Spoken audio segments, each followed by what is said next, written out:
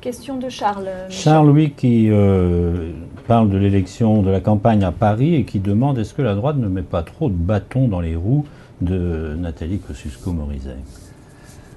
Nathalie Kosciusko-Morizet il y a des listes dissidentes partout. Il y a... Moi, je le dis d'autant plus facilement que vous le savez, dans la primaire, j'avais un autre choix, comme c'est le cas dans un parti libre, quand il y a plusieurs candidats, mais que le soir même de la désignation de Nathalie Kosciusko-Morizet, dans le même souci de loyauté et de cohérence qui est le mien au quotidien, j'ai soutenu Nathalie. Depuis, je la soutiens sans cesse. Je dis attention aux dissidents. Vous savez que Paris est une terre, à gauche comme à droite d'ailleurs, de malheureusement de longues traditions de dissidence et de division, mais qu'on ne gagne jamais dans la division, que l'unité est la première condition que la victoire, et qu'il nous faut, à Paris comme ailleurs, choisir le chemin de l'alternance et de l'alternative, et à Paris, c'est Nathalie qui l'incarne. Mais ça tient à quoi ces divisions-là? C'est une vieille garde qui ne veut pas renoncer, qui ne veut pas passer le témoin, ou c'est Nathalie Kosciusko-Morizet qui est un petit peu autoritaire, Vous savez, moi ça m'avait marqué, il y a une dizaine d'années, on disait la même chose pour Bertrand Delanoë, qui avait affronté les vieilles guerres du Parti socialiste entre les jospinistes et les mitterrandiens, etc., etc.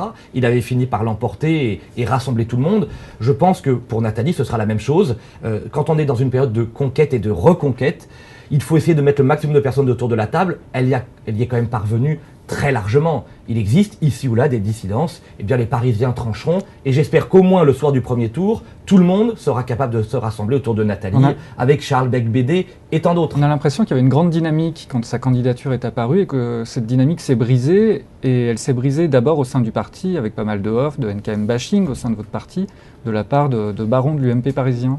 Oui, c'est pour ça que moi je ne veux pas participer à ça. Vous savez, ce qui compte, c'est à partir du moment où les candidats sont désignés et soutenus par nos militants, on doit être tous à fond derrière. Donc ce qui compte maintenant, c'est le projet. C'est pas trop Arrêtons de parler des petites phrases.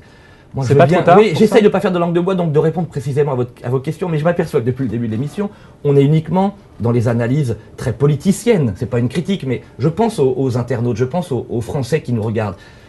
Comment on règle les questions du chômage? Comment on règle les questions de pouvoir d'achat? Comment on apporte un espoir à l'école? Comment on réhabilite les valeurs du mérite? Comment on offre un avenir meilleur à nos enfants? Moi, vous savez, je viens d'un milieu modeste. Je m'en suis sorti grâce à l'école de la République.